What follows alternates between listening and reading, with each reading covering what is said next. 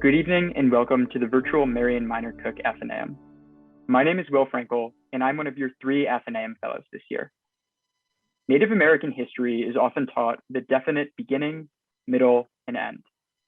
In a somewhat undefined pre-Columbian era, the common history describes Native Americans undisturbed by European colonists' guns, germs, and steel. Then, the common history describes the speedy decline in Native American population as collateral damage of American manifest destiny. Finally, the genocide of Native Americans is punctuated by the massacre at Wounded Knee in 1890, when US Army troops slaughtered somewhere between 150 and 300 Lakota people to break organized resistance to reservation life and assimilation to white American culture, at which point the common history concludes its discussion of Native Americans altogether. Tonight's speaker provides a counter-narrative to this common history. Dr. David Treuer is the author of The Heartbeat of Wounded Knee, a history of Native American life from the Wounded Knee massacre in 1890 to the present. Having grown up on an Ojibwe reservation, Treuer has spent his career dissecting narratives around Native American life. His previous works include 4 novels and also the book Res Life, an examination of reservation life in the United States. Treuer presents Native American history with an essential story of resiliency, survival, and strength. Treuer is the recipient of the Pushcart Prize, 2 Minnesota Book Awards, and fellowships from the National Endowment for the Humanities, Bush Foundation, and Guggenheim Foundation. The translation of Dr. Appelos, one of his novels, was named a Best Book of the Year by the Washington Post, Time Out, and City Pages. Treuer is a graduate of Princeton University and earned a PhD in anthropology. He teaches literature and creative writing at the University of Southern California. Tonight, Professor Treuer will deliver the Gould Center for Humanistic Studies 2021 Lerner Lecture on Hinge Moments in History. Using the written Q&A function at the bottom of your screen, we will be accepting questions throughout the program to be posed towards the end of the event. Preference will go to students, so when you send in your question, please state your affiliation with the college. As always, I must remind you that audio and visual recording are strictly prohibited. And now, please join me in welcoming Dr. David Treuer to the Athenaeum. Thank you so much, Will, and everyone else for having me, virtually at least, at the Athenaeum, and particularly pleased to deliver this Lerner Lecture. And in recent years, I've been called a historian over and over again, although my training isn't in history, and I kind of cringe a little bit when called a historian because I feel profoundly unqualified to be called so. But in this, our sort of pandemic moment, I wish we could all be together and be in the same room on campus instead of here in my awkward study space at my house here in Claremont, about 700 yards from campus. This lecture is, as I understand it, usually organized around the idea of a hinge moment in history. And so I would definitely like to stay true to form and to the occasion and to talk about the massacre at Wounded Knee in 1890. And in general, sort of what that moment has meant for Native people around the country. And for me, as a Native person from the Leech Lake Reservation in Minnesota, what it's meant for me personally. And so to do so, I would like to take the time we have together, which is brief, alas, to talk about how I came to write nonfiction at all, and in particular, how I came to write my most recent book, The Heartbeat of Wounded Knee.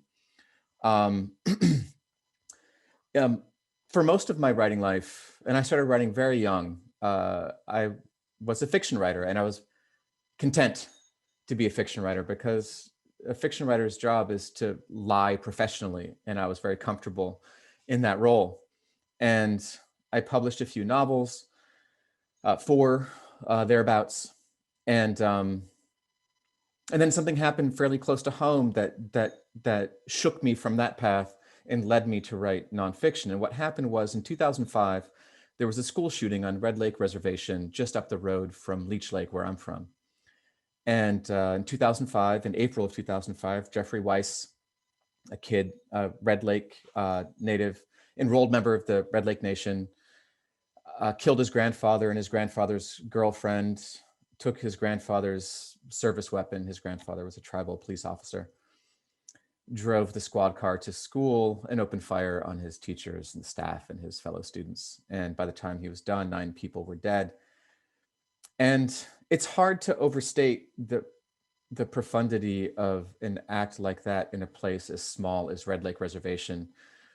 And also for something like that to happen in the school, which is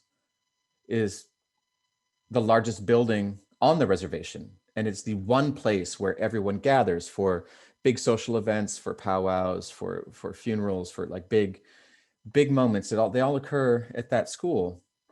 And I used to work in that school, as did my mother and my father. And we have a lot of friends from that reservation and a lot of family through intermarriage from that reservation too. And I was far from there when I got the news. I was in New York City at a friend's apartment, and my brother called me and told me to turn on the television, which I did. And I turned on the television and I kept flipping channels from channel to channel to channel. And then in the subsequent days, I would click through every news source I could find. And the more I clicked and the more I surfed and the more I searched for information, the more frustrated and angry I got. But on that night, when I got the news, I went through NBC and CBS, ABC, CNN, all of them. And the more I clicked, the more upset I got, until my friend who I was staying with was really concerned. I mean, he could understand why I was upset about the shooting, but I was yelling at the TV. And he said, okay, I don't understand why you're mad at the TV. And I said, because they're not reporting the news, that's why. Because the fact was, every channel I turned to had the same headline, and they were saying the same things. And the headline went something like, on a poor remote reservation, tragedy strikes. And I turned to my friend and I said, that's not news. That's not information. That's not what happened to whom, how bad is it, how many wounded, who's in the hospital, what's happening next. It's not information. On a poor remote reservation, tragedy strikes. I'm like, that is the same old story about reservations that people think is true. And it's not. That's storytelling. It's not information. And I want to know. And in the days that followed, that problem just ballooned. And I remarked to someone else, I said, look, when Columbine happened in 1999, the reporters did not say, on a largely Anglo, fairly affluent, ex-urban community, a bad thing happened. So when Columbine happened, they didn't mention race, they didn't mention class, and they only mentioned geography, so we knew where Columbine High School was. And so there was a real imbalance. And so I was talking to a book editor, and I was telling him about my frustration and the same problem. He said, well, I've always wanted to publish a book about reservations and what they mean and why they exist and what they're like. What Native writers write nonfiction? And I lied through my teeth to him. I said, well, shockingly and rather sadly and disturbingly, I am the only Native writer who writes nonfiction, even though I'd never written any in my life. And he said, well, you should probably write this book about reservations for me. And I said, well, you probably should. And so I did. And I was confronted with problems right away. Like, I knew the story I didn't want to tell. I didn't want to tell the same old sad story about reservations that everyone thinks is true, but which isn't. But it's not enough to know what you don't want to do. You have to figure out something else. What was required wasn't just new information or more facts. What was required was a new way of telling the story of Native life on reservations. I needed a new narrative structure, because the dominant narrative mode for relating Native stories is the tragic mode. That is pretty much the only one that's used to narrate or talk about Native lives in history, in fiction, and otherwise. So the narrative mode that we're sort of forced into is in itself part of the problem. So if you added new information, without a new narrative, you're going to wind up in the same place.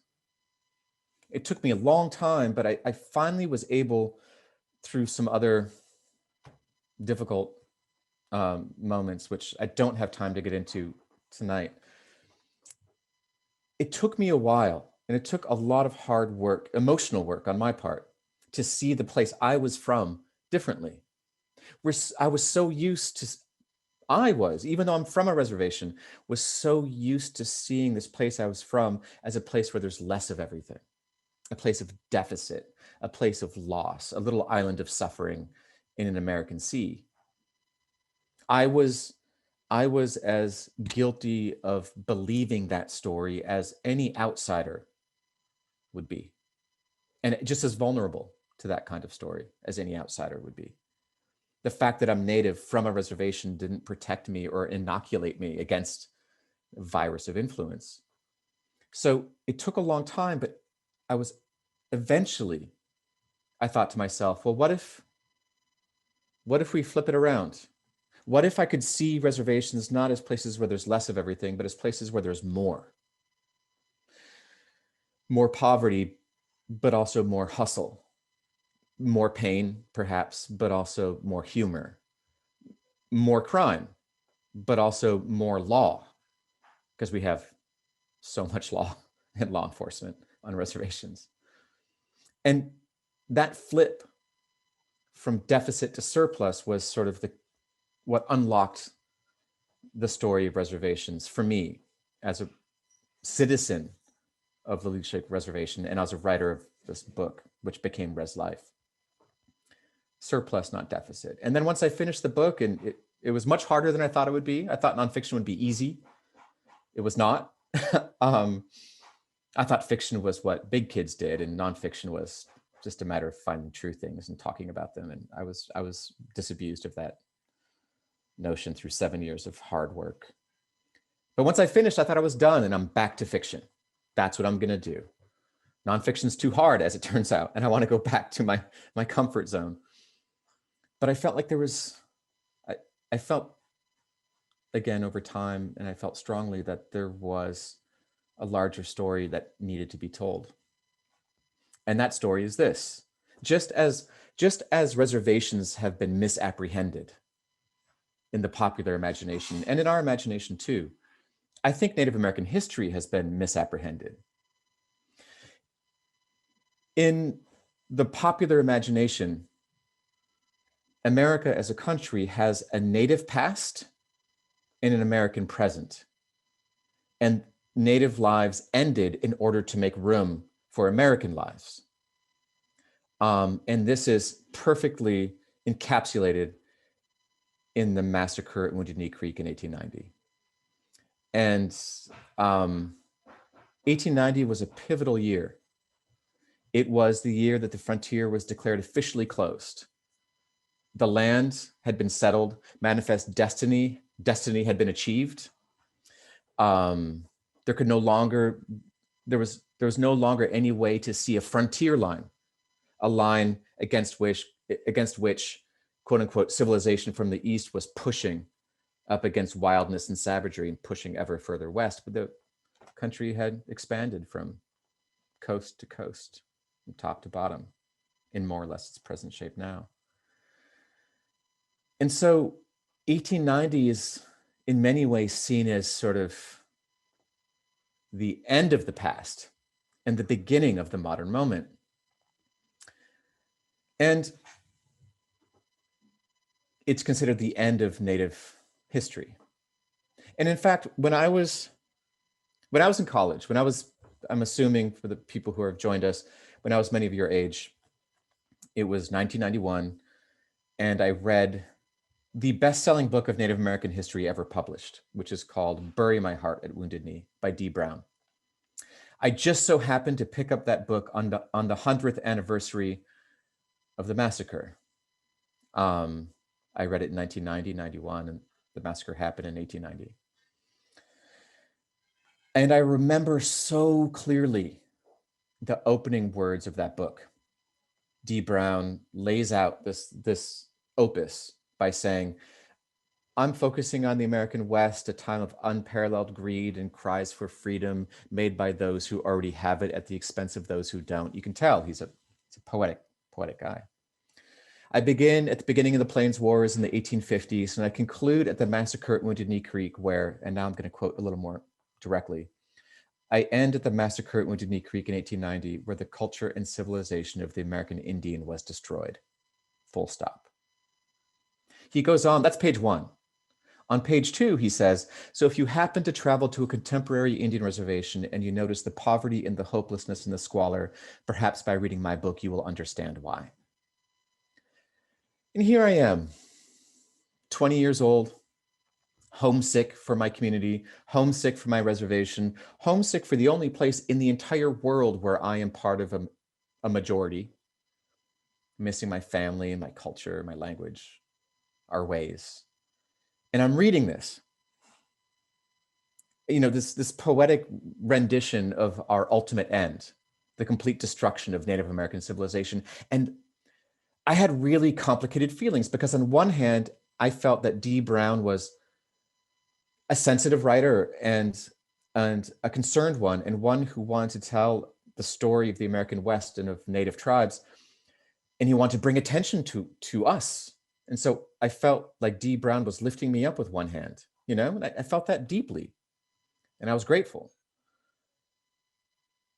And I felt like with the premature announcement of our collective death, I felt like he was lifting me up with one hand and he was pushing me in a grave with the other. I didn't have any way to articulate it when I was 20. And it's taken me this long to figure it out. But I knew in my body that he was wrong, that 1890 was not the end of tribes, that we did not all die. Our cultures didn't all disintegrate at 1890. 1890 was certainly a low point. We experienced around that time the greatest political disenfranchisement and destruction of our original forms of governance. We were experiencing a prolonged assault on our families in the form of residential Indian boarding schools, which forcibly removed Native kids from their families and sent them to boarding schools where they were acculturated, punished for speaking their languages, punished for practicing their religions, beaten. The fact that residential Indian boarding schools had schoolrooms as well as cemeteries should tell you something about them. At the same time, with the passage of the Dawes Act in 1886 or 87, we were experiencing a profound loss of land. Between 1890 and 1930, we lost over 90 million acres of land. So 1890 was a low point, but it's a point from which Native people have been emerging ever since. And so after I completed Res Life, I was recalling those feelings I had when I read Dee Brown's book, Bury My Heart at Wounded Knee. And I thought to myself, I think I will write more nonfiction. And I think I'll write a follow-up and counter-narrative to Dee Brown's book. He ended his story in 1890. That's where I'll begin. And I'll move forward with the opposite thesis in tow, that 1890 was not the end of Native cultures, civilizations, and peoples. It was a low point from which we have been, as I said, emerging. And that was the counter narrative that I was hoping to show. And I was hoping to prove a couple other things too. There's this tendency to tune into Native stories and Native lives as a kind of liberal social act, as almost as though people are like, well, we did all these terrible things. Not me, of course, just some of my, people in the past, not my people, not my ancestors, but other people. It's bad. I feel bad. I feel so guilty. I'm going to read a book. I'm going to pay attention for a little bit. And although it's a kind sentiment, I don't think it's the right one. And I don't think it's the right reason to tune in and to read books of Native history or to pay attention to Native history. I think there's a more profound reason to do it, which is that as I discovered when I wrote and researched this book, there's a tendency to sort of treat Native American history as a sideshow, as a precursor or pre-runner to American history, not to really think about it in any kind of integrated way with the larger American picture. And that's, I think, unfortunate, because I don't think this country comes into focus. I don't think you can know American history unless you understand and know Native American history. And I'm going to rapid fire throw some facts your way. So excuse me, and I know I talk really quickly and I apologize, but America's first revolutionary act, as we all learned if we were paying attention in high school or we drink Snapple, was to throw tea in Boston Harbor. That was America's first revolutionary act. But what we don't remember as often is that the colonists dressed as Mohawk Indians to dump tea in Boston Harbor. They did this not only to protest how they were being treated by the British. See, you're treating us just like, we treat Native people. So it was ironic. But it was also politically symbolic, because one of the main reasons that the American colonists were fighting the British was over the question of who got to colonize and make money off of and settle on native land west of the 13 colonies. The crown, the British crown, wanted that money for itself. The colonists wanted that money for themselves. It's no accident that the majority of our founding fathers were real estate speculators. That's what George Washington was, Madison was, and later on, that's what Andrew Jackson was, to name a few. So one of the main reasons for the revolution was over who got to take or try to take our land. So our first revolutionary act was all about us, Native people. After the revolution, when the founding fathers, so-called, were trying to come up with a brand new form of government never before seen on this earth, to whom did they turn? To find some new way of political organization. They turned to the government of the Iroquois Confederacy. And it's on the Iroquois Confederacy that the United States government formed the idea of the executive, the legislative, and the judicial, the separation of powers. American government is a form of Native government, profoundly. America was built in relation to us and with tools that we provided from the beginning. Moving further on, we are taught that the first real test of states' rights versus federal power, and we're still having this argument, right? Even over things like the vaccine. We're taught that the first test was over the question of slavery or the expansion of slavery, which led to the Civil War, but that's not true. The first test of states' rights versus federal power involved tribes in the American Southeast around the issue of the Indian Removal Act, which removed or attempted to remove tribes from Georgia, North Carolina, South Carolina, Tennessee, Florida, et cetera, to what was then Indian Territory in Oklahoma, which pitted tribes against the federal government, against states. Power in this country has always been three-way: states, feds, tribes. Jumping ahead more recently, between 1965 and 1995, the United States Supreme Court has heard more cases about federal Indian law than any other genre of law. More than reproductive rights, more than civil rights, more than banking, more than immigration. So think about this, right? As America tried to rethink what it meant as a country, what it was after and during the Vietnam War, civil rights movement, Watergate, Pentagon Papers, as it tried to rethink what its character was, what its purpose was, what this country means, it did so, at least in the courts, largely in relation to the question of communal rights and tribal sovereignty. Even more recently, and I'll stop here and then we'll open it up to questions after a little few conclusory remarks.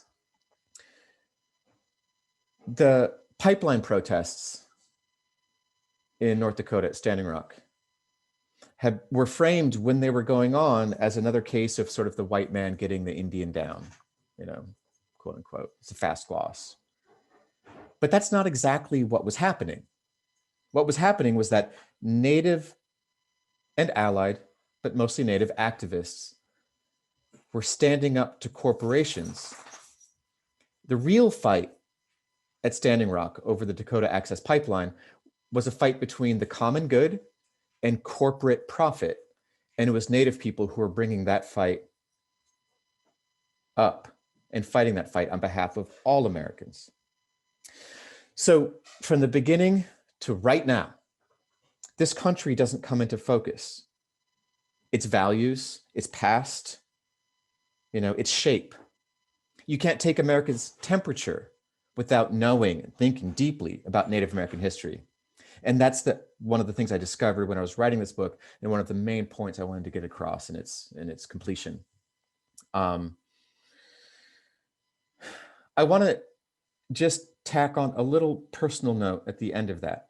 I've been thinking about this a lot now with the verdict that we got in the trial of Derek Chauvin in Minnesota, my home state, and the ongoing violence against African American and brown people in this country. When I started this book, The Heartbeat of Wounded Knee, I was very late in delivering it to even starting writing it. I was very late in sitting down to even begin. Years late for lots of personal reasons, lots of drama in my life. And then my father passed away in January of 2016. And I started writing this book 5 days after he passed, 3 days after he passed. So he was on my mind a lot when I was writing it. Now, my father was a refugee. My father was a Holocaust survivor who fled and wound up in the States, a place he found refuge. And so the burden of blood is very thick, deep on both sides of my family. My mother's side is a Native person, my father's side is a Holocaust survivor. But I thought a lot about my dad when I was writing this book, when I was starting to write it. And shortly before he died of dementia. And so when that happens,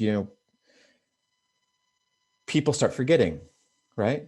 It's the nature of the disease. And they'll keep playing tapes of stories they tell, feelings they have. And those tapes get eroded quickly until there's just 1 or 2 or 3 left. And they tell the same stories over and over again. They forget they're telling them and they'll start again. It's painful, at least, and it was painful for me to watch my father, this man who survived by his wits most of his life, to lose them. But we were having lunch, my dad. And I was disgusted by something. I don't know what it was, some political thing, something that was happening that I was very upset about. It's 2015, so take your pick. And I just kind of sat back and I said, Dad, how can you stand it? How can you stand what this country does? He's like, what are you talking about? I said, well, this is your country of choice. You chose this place. I was born here and this is my tribal homeland. I can't leave the country because I'd have to leave the tribe, and I'm not going to do that. I'm stuck with it. You weren't. You could have left. Like, how do you deal with this stupid, infuriating things it does? And he looked at me like I was kind of stupid. And he's like, well, son, it's not that complicated. He said, I wasn't wanted in Austria and in Germany and Belgium or France or England, Ireland, all these countries he traveled through in his escape. All those places wanted to kill me or send me back to where I would be killed. They didn't want me. But America did. And he's like, so it saved my life. This country saved my life. There's no more complicated way to put it. It's that simple. Since it saved my life, it's my job to save it. It's my job to save it from the awful things it would otherwise do if I weren't here to steer it straight or to try. I thought about that a lot. And I think about that a lot now, in the fraught time that we share now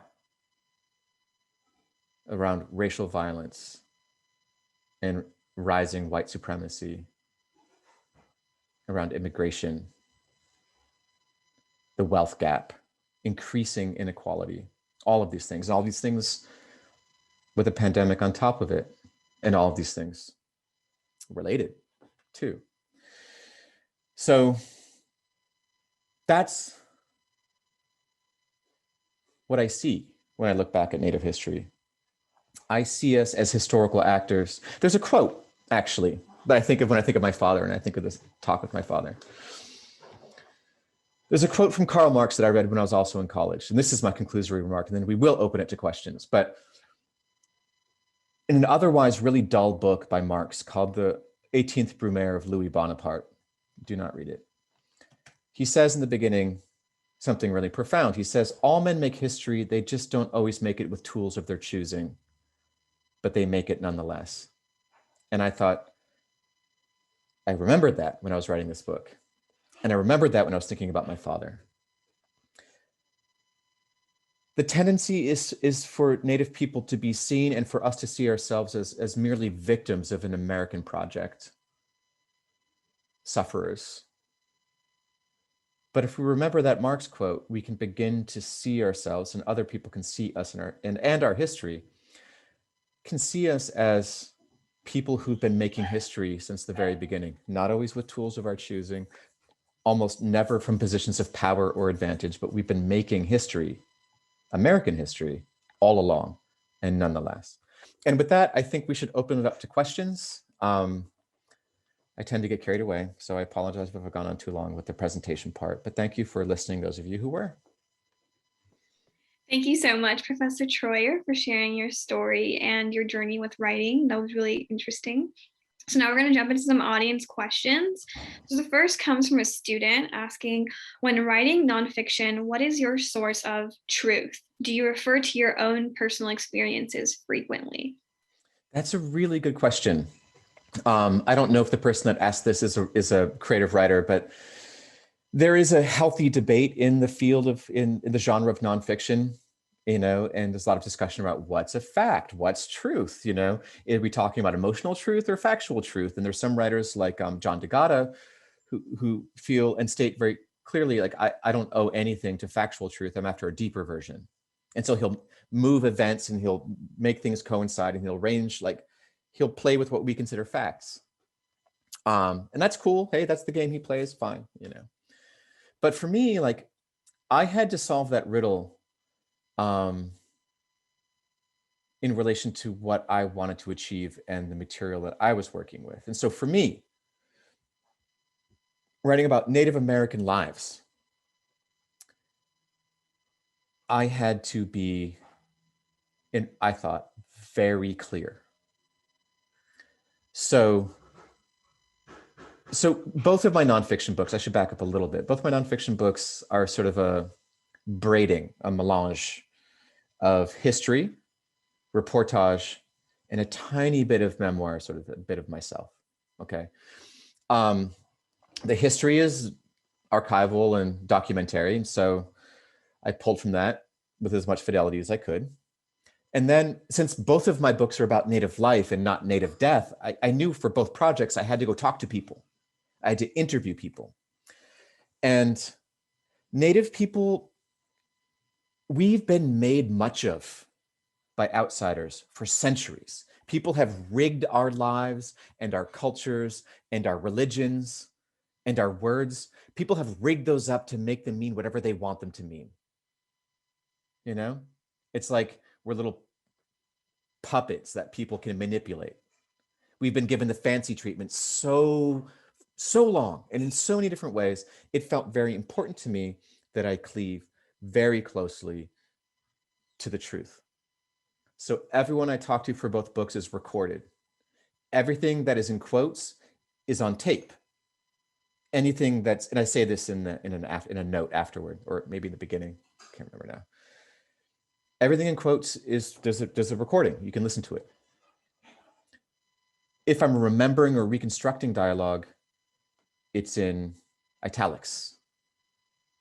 And I made a very conscious choice not to engage in the kind of soft history where, like, and Barbara Tuchman, who wrote The Guns of August, I think it's a Pulitzer Prize winning book of the First World War.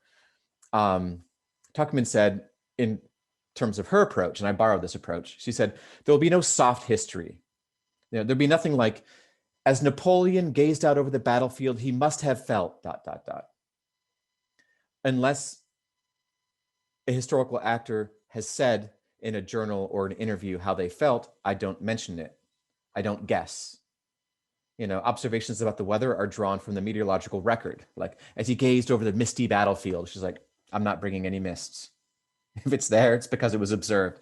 And I felt like it was really important to do the same thing, because we have been misused in print.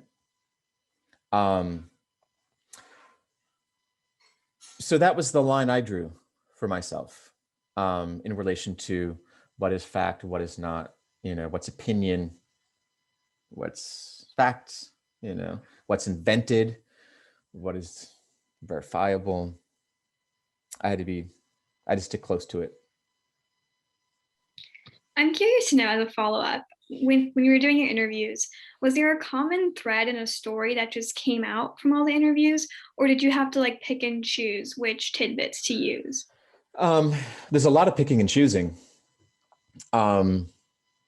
But I spent months and months, if not years, on the road talking to people, And when I was interviewing Native people, I always approached everyone the same way, like whether I knew them personally beforehand or if they were strangers to me. And I told them, here's what's going to happen.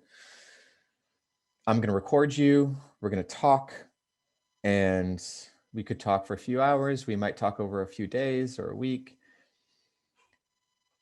We're going to talk very broadly. And then I'm going to leave. And it might be months, it might be years until you hear from me again.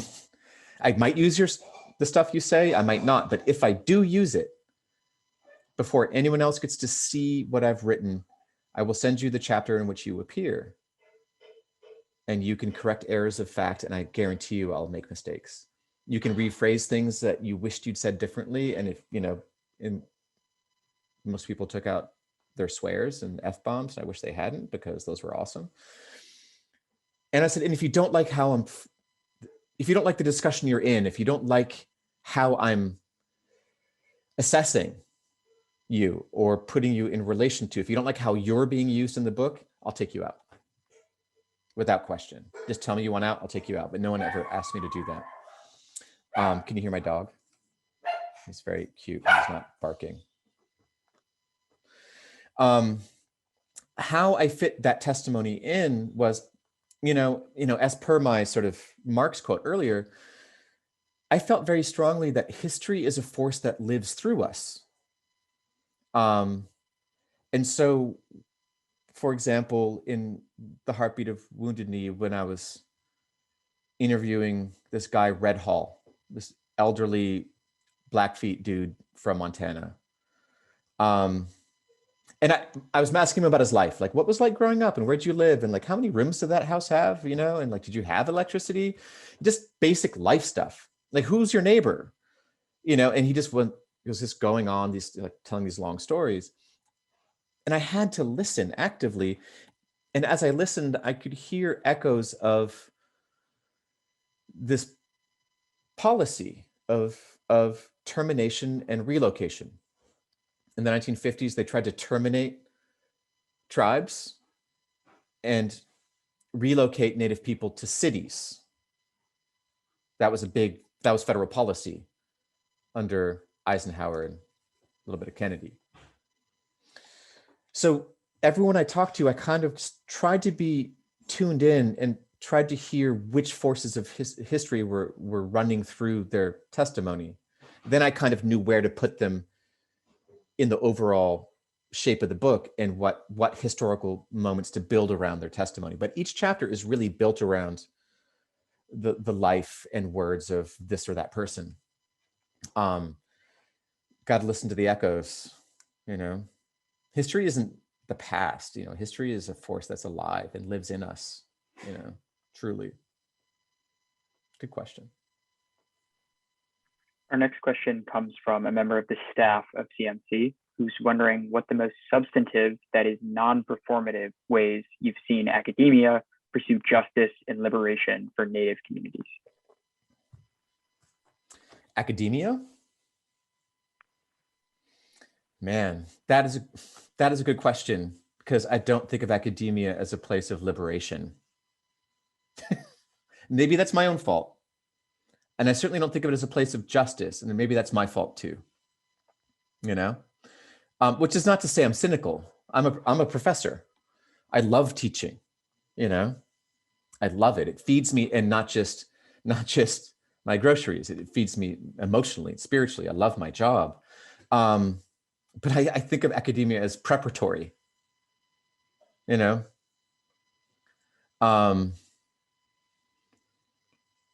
There hasn't been the kind of institutional change that I would like to see for liberation.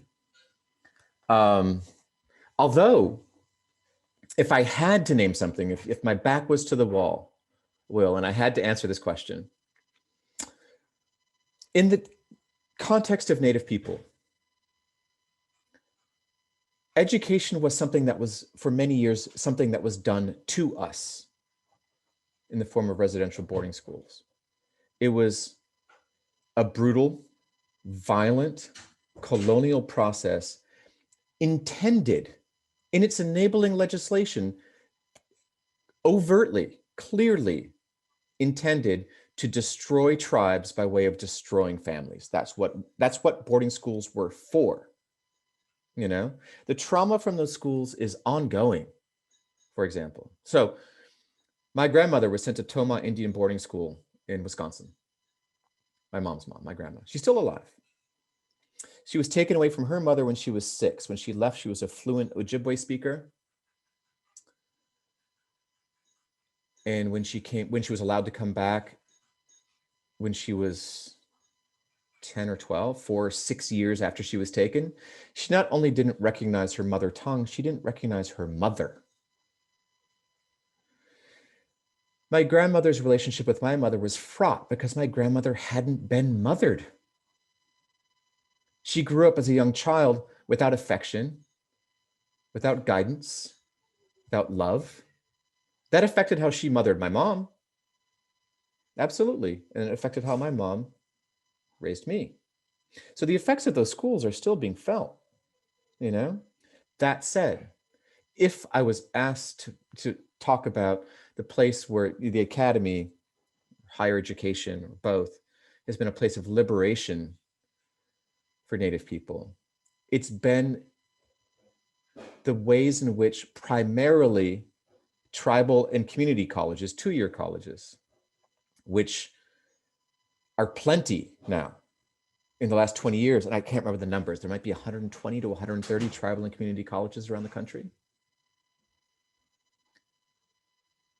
That these are universities, or colleges rather, that exist on Native land in Native communities, places where thousands upon thousands of Native students are not only getting an educations which prepare them for, you know, mainstream, quote unquote, you know, employment, but places where they can learn tribal languages, Dene, you know, in New Mexico and Arizona, Ojibwe in Minnesota, Ho-Chunk in Wisconsin.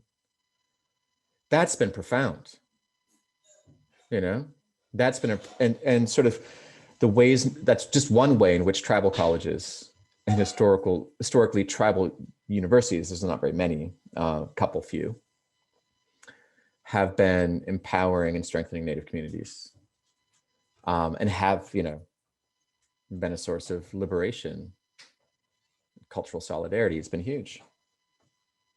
But I will say, to this day, I've never had a Native teacher in school. Not from kindergarten through my PhD did I have a Native teacher. It kind of sucked, you know. That was not great.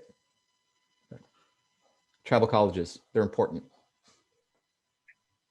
This next question is also from a faculty member asking, how can non-Indigenous Americans support institutional change and justice for Indians? Well, you can be more like my dad, you know, who sees the job of being a citizen as one in which we try to make this country better. So in relation to Native people, that might mean strengthening and improving access to healthcare and working in and for the Indian Health Service. It could mean funding or supporting a tribal college, right? It could be helping understand history and policy in changing policy going forward. You know, it might mean, as I've recently and I suppose radically suggested in the Atlantic Monthly, supporting the idea that as reparations and as a move that's good for parks themselves, that the national parks and monuments in their entirety should be given back to tribes to control collectively on behalf of all Americans. Restitution is something we could fight for, you know? Native homelessness is something to fight against. You know, rehoming and reintegrating Native people after incarceration, because we're incarcerated at rates higher than any other ethnic group in this country, by the way, any other. And then felons have lost their right to public assistance. They've lost their right to vote. Oftentimes they've lost all these rights, as Michelle Alexander points out in relation to African Americans in the new Jim Crow. A lot of work to be done there too for Native people, you know? So there's plenty of work to do. There's no shortage of work. That's the good news.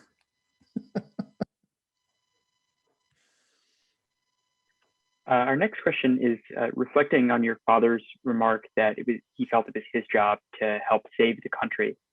Do you see the target audience of your own writing as Native communities themselves, or the rest of the country that needs to be educated on the issues you've discussed in order to save the country with respect to these matters? I mean, I think it's a book for everyone in the entire world.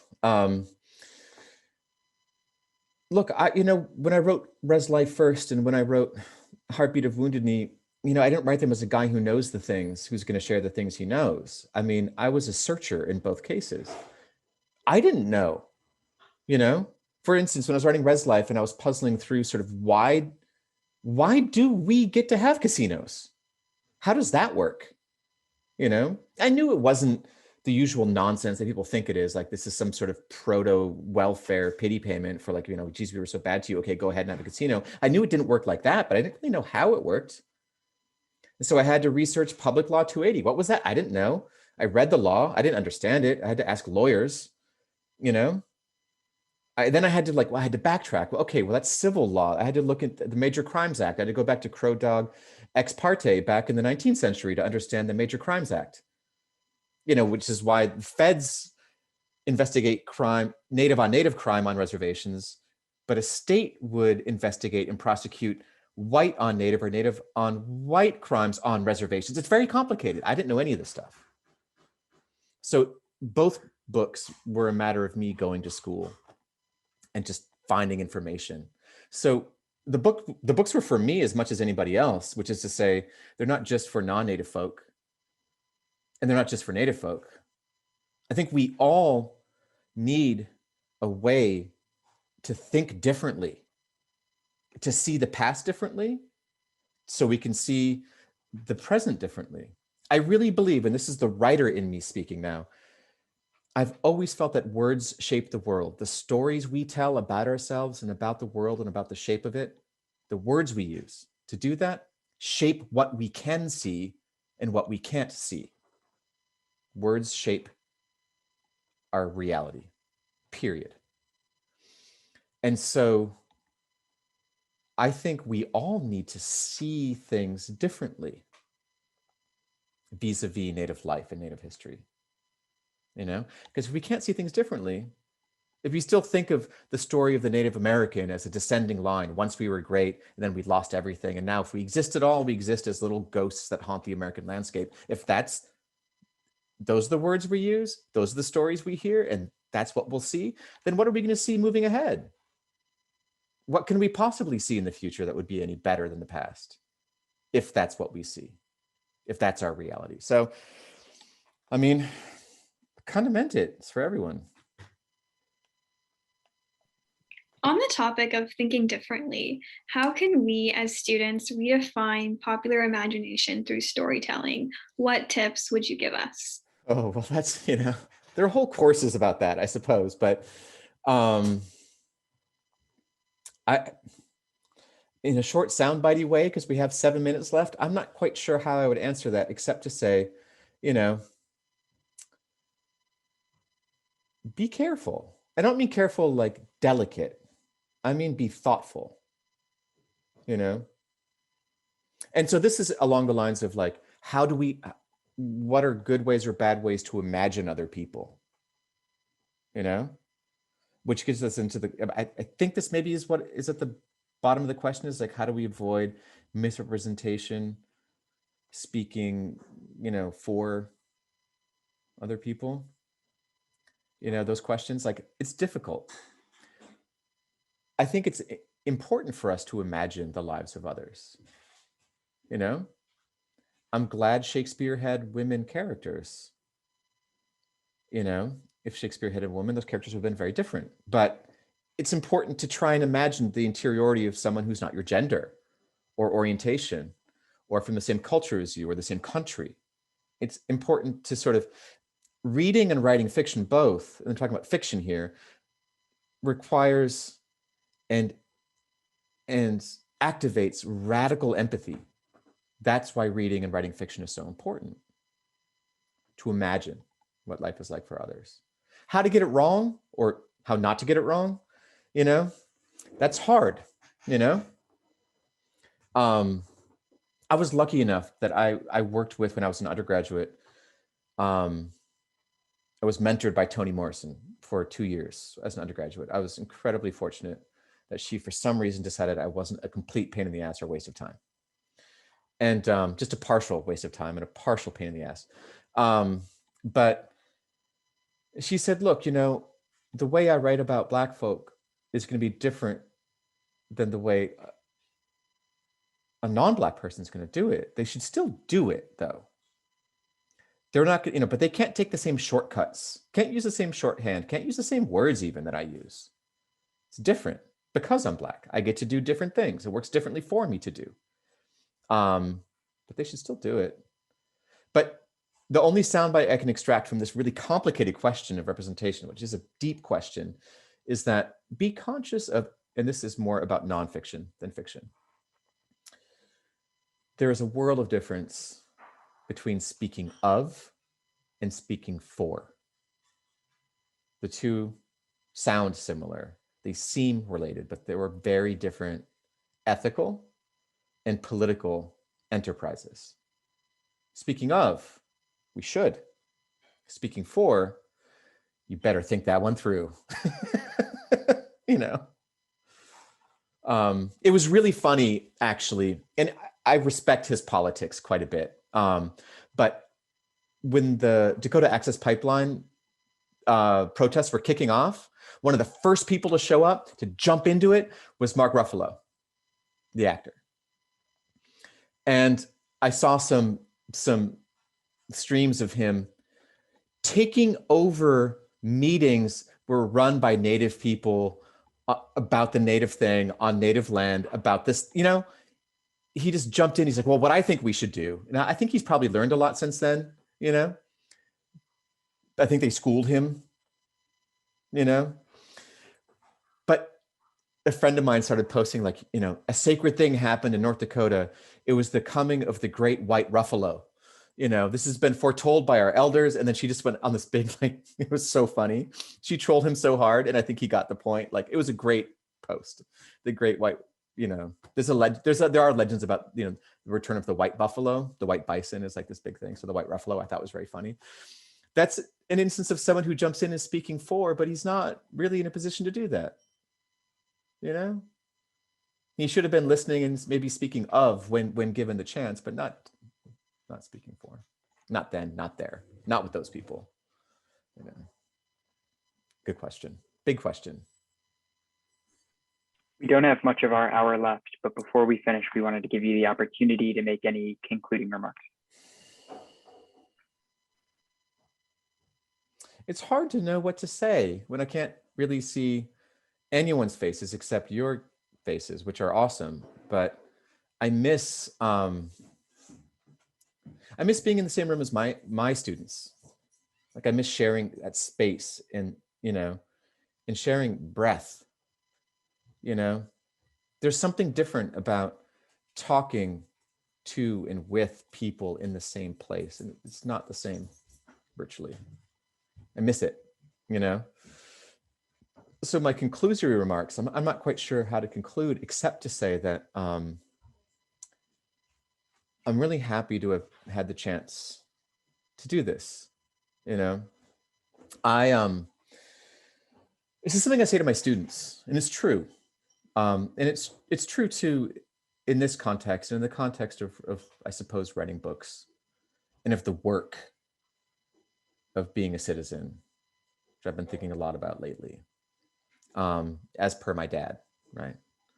And what he said about fixing this country. Now I just completely lost my train of thought. Dang it, you know? Yeah, it's completely gone. It's probably because my family's cooking dinner in the next room and it smells so good. It's all I can think about right now. If you give me a second, I might be able to recover it, but you know, at 50 years old, I may not. You know, this could be par for the course with me now. I love the idea though of leaving you all hanging. Like there's this great thing I thought of, and then you never get it. Oh, this is what it was actually, and I say this to my students. If I didn't have the job, if I didn't have the job that I have as a professor, right? I teach a class on the American gun and American violence. And in fact, I'm leaving this meeting to go teach that class. You know, I teach classes on Native American literature. I teach classes on 9/11, you know? And if I didn't have the opportunity to profess, to teach and to work with my students, to think out loud with them over many, many weeks and months, you know, about very difficult, complicated things, I would be lost in my own thinking about those things. That teaching gives me the opportunity to think, you know, to study, to try and comprehend opportunities I wouldn't have if I weren't teaching. I feel similarly about events like this, where I have to, you know, we spend time and we look at each other, although it's not so much right now, and we talk through and we think through things, you know. It's another opportunity for me to sort of engage and think and try on difficult ideas, difficult things that I hope, you know, the result of which is to make things at least slightly better, you know, if only for myself, but hopefully for you too. So for that, I'm glad I remembered it. I want to thank you all very, very much. On behalf of Claremont McKenna College and the Athenaeum, thank you all for joining us tonight. A special thanks to David Treuer, to the Gould Center for Humanistic Studies Lerner Lecture Series, and to all those who sent in their questions. Don't forget to join us for our next virtual Ath event, which will be tomorrow, Thursday, April 22nd at 5 p.m. Pacific. Marcus Colon, the writer, director, and producer of Beyond Fordlandia, will join us to present an environmental account of Henry Ford's Amazon experience. See you all then.